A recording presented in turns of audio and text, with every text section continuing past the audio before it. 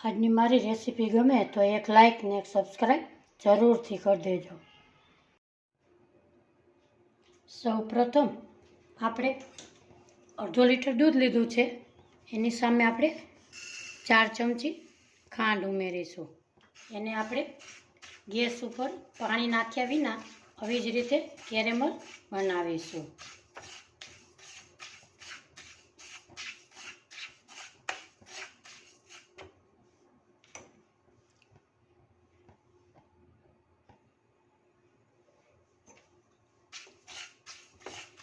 આ ગુલ્ફી ખાવામાં બહુ સ્વાદિષ્ટ લાગે છે.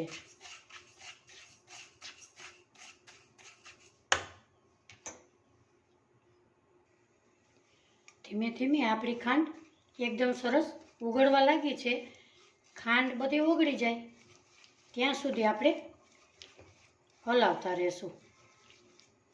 તમે જોઈ શકો અહીંયા આપણી ખાંડ બધી ઓગળી ગઈ છે. હવે એનો કલર થોડો થોડો ચેન્જ થવા લાગ્યો છે. આવી રીતે સતત ધીમે ધીમે હલાવતા રહેશું અને એનો કલર આછો બદામી રંગનો થશે.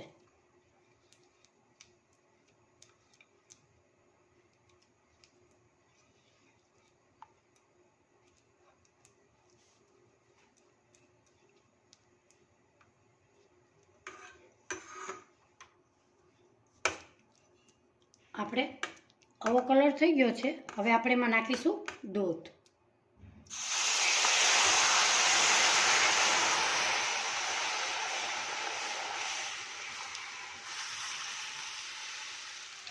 એ ધીમે ધીમે હલાવશું એટલે આ કપોટા વરેલા છે એ ઓગળી જશે.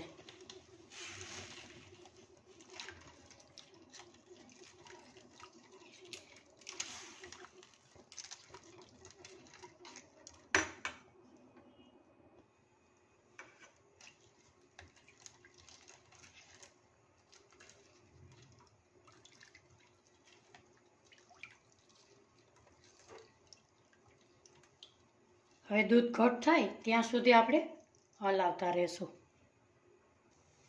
તમે અહીંયા જોઈ શકો છો આપણું દૂધ હતું એનાથી આપણે દૂધ અડધું થઈ ગયું છે. ફ્લેવર માટે એલચીનો પાવડર અડધી ચમચી ઉમેરીશું. હવે આપણે ફરતી પર આવી રીતે હલાવતા જાશું અને ટોય ઉખેડતા જાશું. હવે આપણે કોર્નફ્લોરની સ્લરી બનાવીશું. ગેસને આપણે ધીમો કરીશું. અહીંયા મેં 3 ચમચી જેટલું દૂધ એમાંથી કાઢેલું હતું.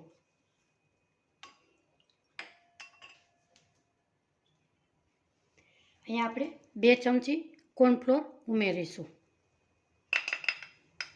અને 1 ચમચી કસ્ટર્ડ પાવડર. એની ફ્લેવર સારી આવે છે ગુલ્ફીમાં. એને આપણે મિક્સ કરીશું આવી રીતે.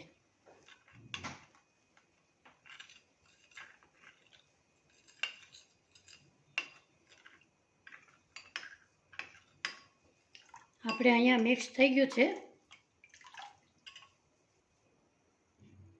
આપણે સ્લરી બનાવી હતી એ આપણે થોડી થોડી નાખતા જઈશું અને હલાવતા જઈશું. નીચે ચોટે નહીં એનું આપણે ધ્યાન રાખીશું.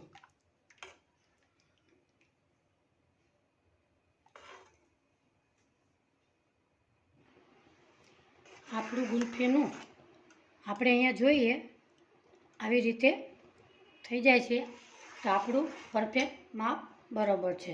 એમાં ઉમેરીશું આપણે 1 ચમચી મલાઈ. મલાઈ નાખવાથી તમારા બરફના કણો જામે છે એ જામશે નહીં. બદામ તમે તમારા ટેસ્ટ પ્રમાણે તમે બધું નાખી શકો છો. કાજુ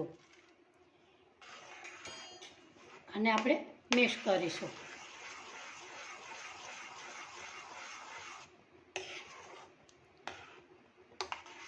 આપણું ગુલ્ફીનું આ બરોબર થઈ ગયું છે. આપણે હવે ગેસને બંધ કરીશું.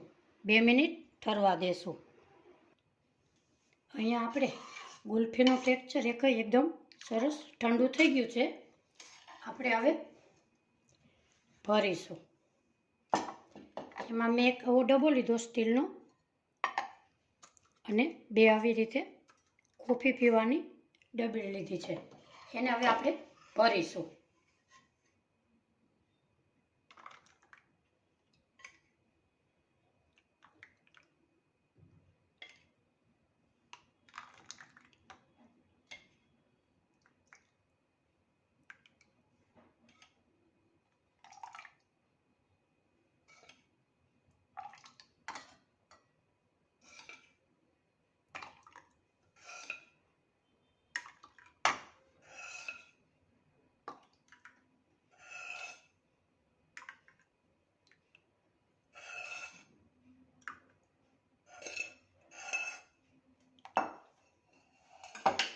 એને આપણે આવી રીતે ફોઇલ પેપરને ઢાંકી અને પેક કરીશું.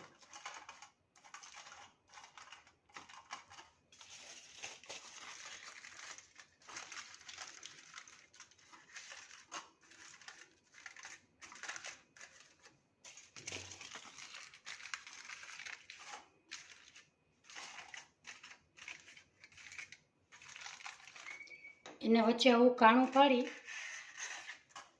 અને ગુલ્ફીની સ્ટીક છે એ ભરાવીશું.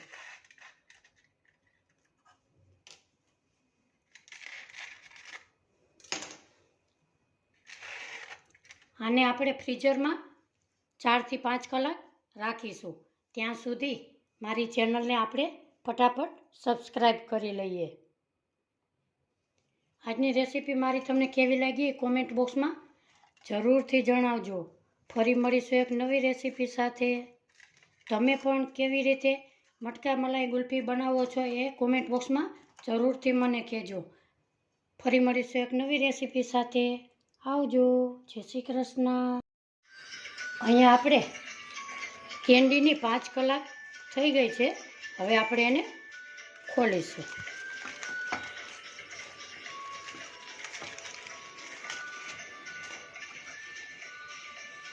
અને આપણે 1 મિનિટ પાણીમાં રાખીશું.